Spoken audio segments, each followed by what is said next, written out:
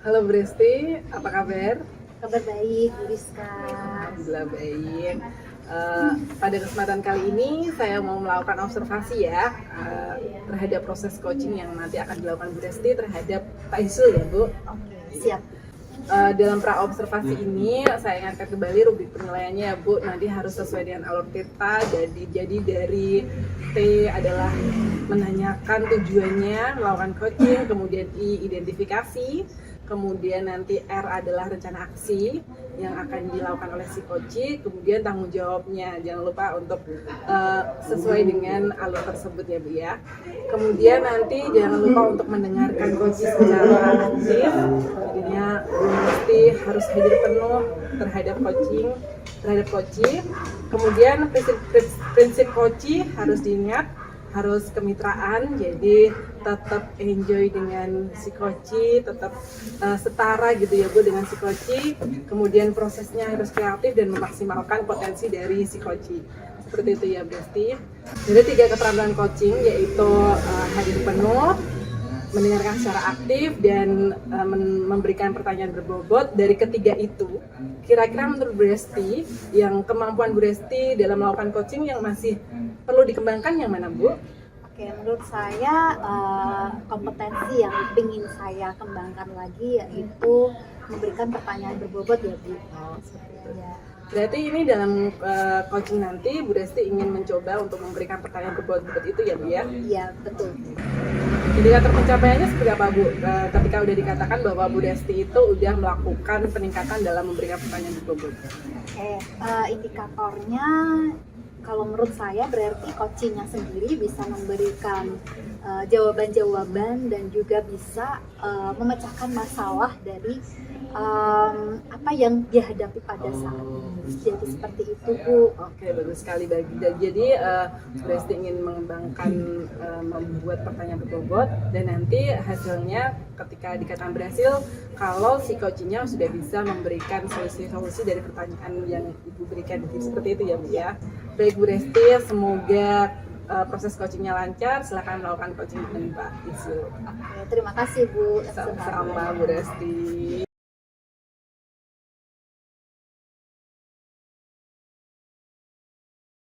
Selamat sore Pak Izul. Selamat sore. Assalamualaikum. Waalaikumsalam warahmatullahi wabarakatuh. Gimana Pak Izul kabarnya sekarang? Alhamdulillah baik, Kristi. Baik ya, alhamdulillah. Kayaknya Pak Izul mau cerita sama saya ya? Iya, kemarin kita ketemu di Loka, ya kan? Oh iya benar. Terus saya panggil-panggil Bresti, tapi kok Bresti cepat sekali pulang gitu. Mungkin banyak kesibukan. Iya, karena rumah saya jauh ya Pak, jadi pengen cepet-cepet gitu. Iya, kemarin tuh aslinya saya pengen ngobrol tentang ini kan ada tugas dari Kepala Sekolah dan Puskesmas Kecamatan Jepara Betul ya. mengenai upload dari data imunisasi siswa. Ya. Oke, berarti Pak Izul pengen cerita tentang upload bias gitu ya Pak? Iya. Oke, nah dari obrolan kita nanti, apa yang Pak Izul ingin dapatkan? Ya, yang ingin saya dapatkan adalah saya bisa mengatakan semua permasalahan saya Bu ya, secara terbuka, secara jujur, agar nantinya saya ini plong Bu dari permasalahan yang telah saya dapat. Karena apa? Kemarin kan gini Bu ceritanya. Ada undangan sosialisasi dari pihak puskesmas yang dinakodai oleh Dinas Kesehatan Jepara. Nah, di bulan imunisasi siswa ini itu kan harus mengupload, mengirimkan data anak. Nah, data anak tersebut berawal dari kakak. Uploadnya apa? Itu nanti ada NIK anak, ada NIK orang tua, ada alamat yang dituju oleh anak atau alamat domisili anak. Nah, sementara ini saya kan baru pendidikan guru penggerak ya Bu ya, kita baru padat-padatnya kegiatan. Sementara uploadnya itu maksimal 2 hari ke depan. Ini kan saya semacam kayak aduh bimbang, aku gimana sih solusinya nanti. seperti itu. Oke, berarti dari cerita Pak Izul ini bisa saya tangkap Pak Izul saat ini sedang kebingungan ya karena masa upload untuk bias ini tadi berbarengan dengan pendidikan guru penggerak. Betul sekali Bu Resti. Oke, jadi bisa diceritakan Pak hambatannya ketika mungkin Pak Izul melakukan upload bias itu tadi? Iya, yang pertama hambatannya saya di waktu itu. Yang kedua, saya harus menemukan nantinya itu mereka yang mau membantu saya agar pelaksanaan imunisasi bias ini berhasil. Karena apa? Ini ada sebagai tanggung jawab sekolah untuk menyehatkan anak melalui imunisasi. Yang ketiga, ini adalah kekurangannya nanti itu hambatannya di proses mengumpulkan kakak anak atau kakak orang tua nanti, karena uploadnya itu fondasinya dari kakak tersebut. Nah itu Bu hambatan saya. Oke, jadi kalau saya dengar ada 3 hambatan ya Pak ya. Oke, dari 3 hambatan itu ya Pak, kira-kira kalau Bapak mau kasih skor dari hambatan itu tadi kan di situ, untuk dari skor 1 sampai 10 Pak, itu nilainya ada di berapa Pak? Hambatannya itu ada di skor 6. Oh 6. 6. Oh gitu ya. Wah, berarti cukup berat juga ya Pak? Iya, memang, Bu. Pak. Oke. Nah, kalau nilai yang Bapak harapkan dari masalah ini tuh bisa di angka berapa untuk bisa mewujudkan dia bisa upload ini tadi? Iya. Tentu saja Bu ya, namanya harapan ya, biar anak ini bisa diimunisasi, lancar prosesnya. Ini saya menginginkan di angka 9. Di pelaksanaan nanti harus berhasil, anak harus sehat, tidak ada kendala apa-apa. Itu keinginan saya di nilai 9 itu. Tapi untuk indikatornya sendiri supaya bisa mencapai dari angka tadi menuju ke 9 itu tadi gimana Pak? Ya, pertama saya mempunyai cara-cara Bu ya. Cara yang pertama, saya tentu saja berbicara dulu atau komunikasi dengan pihak puskesmas melalui bidan selaku koordinator dari bias. Apakah bisa sih pelaksanaannya dulu bias, baru kemudian upload dari data anak yang tadi? Apakah boleh? Kalau memang itu tidak boleh, karena mungkin SOP dari Dinas Kesehatan Jepara harus memang upload dulu baru pelaksanaan bias, saya harus mempunyai cara yang kedua. Ya, cara yang kedua nanti saya harus berbicara komunikasi dengan pimpinan supaya saya mohon untuk menugaskan rekan sejawat untuk membantu saya dalam mengupload data seperti itu. Ya, cara yang ketiga, saya nanti berupaya untuk melobi guru bahasa Inggris, karena ini kan beliaunya kan ngajar jam 7 sampai jam 10.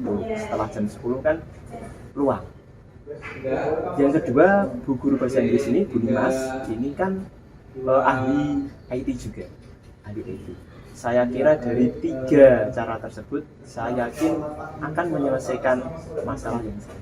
Seperti itu. Oke, berarti dari cerita Pak Izul ada 3 ya Pak penyelesaiannya. Yang pertama tadi melobi pihak puskesmas, apakah boleh kalau melakukan imunisasi dulu gitu ya Pak, dari mengupload berkas-berkasnya, ataukah nanti yang kedua langkah yang bisa Pak Izul lakukan berarti komunikasi dengan kepala sekolah.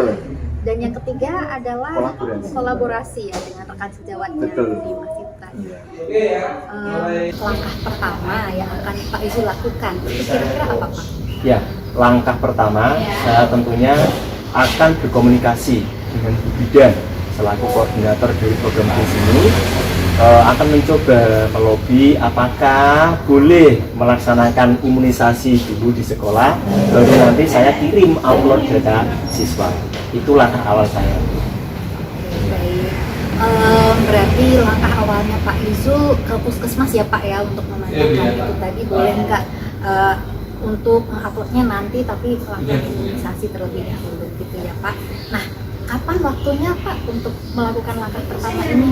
Iya, karena ini kan 2 hari ke depan harus sudah selesai tuh data dari pihak puskesmas dan dari Dinas Kesehatan Jepara. Maka besok pagi saya setelah presensi di sekolah, saya harus menemui Bu Bidan.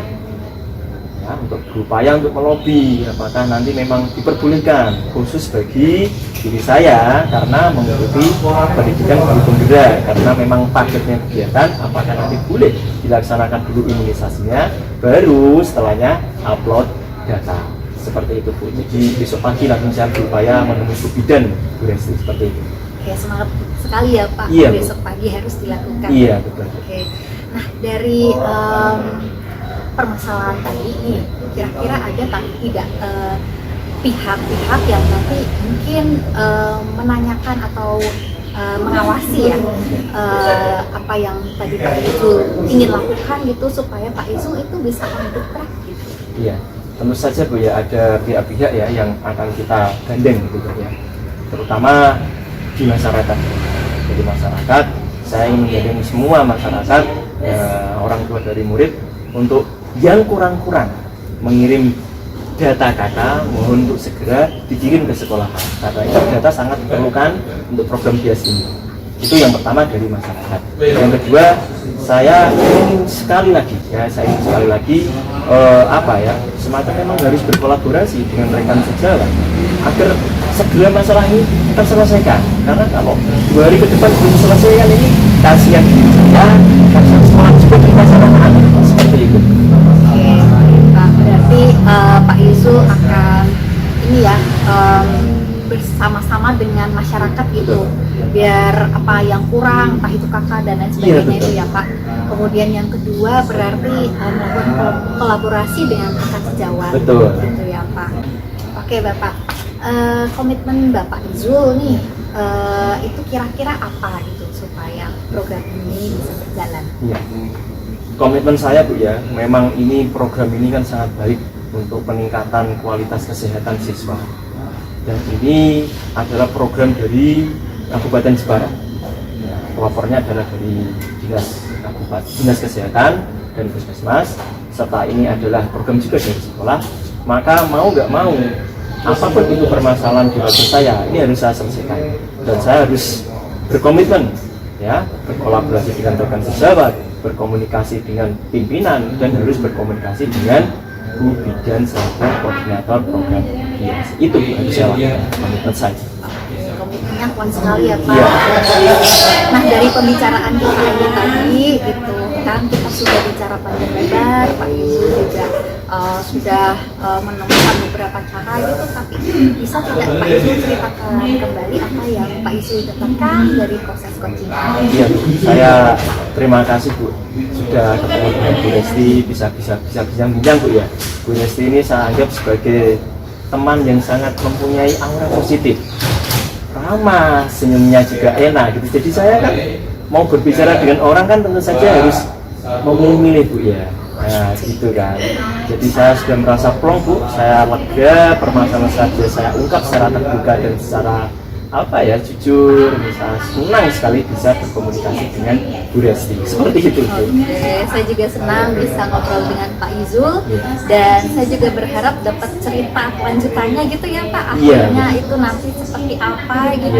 Nanti Pak Izul mungkin bisa cerita-cerita lagi gitu. Siap, kalau misalnya seminggu lagi kita bisa ketemu nggak Bu ya? Oh bisa. Alhamdulillah. Jadwalnya bisa. Alhamdulillah, nanti kontak-kontak gue ayo Bu. Oh iya, siap.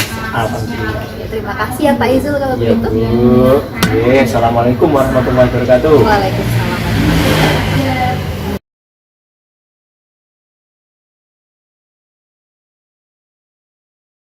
Halo Bu Rizky, Ya, halo Bu Rizka. gimana perasaannya setelah melakukan coaching Bu? Iya, saya merasa sangat senang sekali bisa mendengarkan cerita dari coach saya tadi. Oh iya. Nah, menurut Bu Rizky gimana hasilnya? Oh, tadi proses coachingnya berjalan secara lancar. Coachingnya tadi bisa menceritakan apa saja permasalahannya, sekaligus pada akhirnya dia bisa memecahkan masalah dari pembicaraan kita tadi. Terkait dari indikator yang ingin dikembangkan Bu Rizky tadi, yaitu membuat pertanyaan yang berbobot ya Bu, menurut Bu Rizky sudah cukup berhasilkah? Menurut saya sudah cukup berhasil karena saya berusaha mendengarkan kata kunci dari coach saya. Dari kata kunci tersebut, saya bisa memberikan pertanyaan-pertanyaan yang berbobot, yang juga tepat agar mereka atau coach saya itu bisa tahu kira-kira solusi dari permasalahan itu tuh apa gitu tuh. Jadi tadi sudah dapat solusinya ya Bu, si coachnya sendiri dari pertanyaan-pertanyaan dari Bu Resti. Ya, Dari Bu Resti berikutnya saya akan menyampaikan hasil observasi saya ya. Dari yang saya observasi tadi, yang saya amati, Bu Resti sudah mengikuti langkah-langkah Tirta. Jadi Bu Resti sudah menanyakan tujuan, sudah mengidentifikasi, memberikan pertanyaan-pertanyaan untuk mengidentifikasi masalah dari si coach, yaitu Bapak Izul, dan Bapak Izul juga sudah memberikan solusi-solusi dari permasalahannya sendiri. Kemudian Bu Resti juga sudah menanyakan tentang rencana aksi yang akan dilakukan Pak Izul. Kemudian Bu Resti juga sudah menanyakan tanggung jawab atau komitmennya Pak Izul dalam melakukan solusi-solusinya tersebut. Jadi menurut saya Bu Resti sudah baik dalam melakukan coaching kali ini. terima kasih Bu. Untuk kedepannya, kira-kira kemampuan apa lagi yang ingin dikembangkan oleh Bu Resti dalam melakukan proses coaching ini? Oke, kedepannya saya ingin mengembangkan kompetensi yang Ibu atau presence begitu, karena terkadang saya itu nggak fokus juga Bu. Kehadiran penuh itu sangat penting ketika kita itu harus mendengarkan kata-kata kunci supaya kita bisa memberikan pertanyaan yang berbobot. Nah itu menurut saya hal ini dengan saya kembangkan lagi, karena kadang-kadang saya itu kalau ada orang lewat kayak gitu aja saya langsung yang nengok apa gitu, konsentrasi saya bisa terpecah gitu Bu. Nah jadi itu sih Bu kompetensi yang ingin saya kembangkan. Oh, baik. Jadi memang hadir penuh itu nggak ada patokannya ya Bu, gimana caranya. Jadinya memang tiap orang itu masing-masing mempunyai cara tersendiri agar bisa hadir penuh dalam proses coaching itu. Kalau Bu Resti gimana? Kira-kira gimana caranya biar proses coaching berikutnya Bu Resti dapat hadir penuh seperti yang diharapkan oleh Bu Resti? Oke, kalau menurut saya bisa dengan melakukan tatapan mata dengan lawan bicara saya atau coach saya begitu. Kemudian dari tatapan mata itu saya juga harus mendengarkan secara aktif juga hingga akhirnya saya bisa hadir penuh dan berkonsentrasi mendengarkan perkataan dia sampai pada akhirnya saya bisa memberikan pertanyaan berbobot gitu. Jadi mulai dari tatapan mata ya. Betul. Benar sekali Bu. Semoga Bu Resti dapat mewujudkannya di coaching berikutnya gitu ya Bu. Oh ya, satu lagi. Jadi saya lihat Bu Resti sudah sangat bagus sekali dalam ini mendengar secara aktif, berarti melihat lawan bicaranya atau coach dengan sangat fokus, dapat mendengarkan si coach atau Bapak Izul dengan aktif. Jadinya saya mengapresiasi hal itu Bu. Oke. Untuk kedepannya semoga tadi bisa terwujud, Bu Resti bisa lebih baik lagi melakukan coaching. Ya. Sampai bertemu lagi di observasi berikutnya ya Bu. Oke, terima kasih ya Bu Rizka atas Ya, waktunya. sama-sama Bu Resti.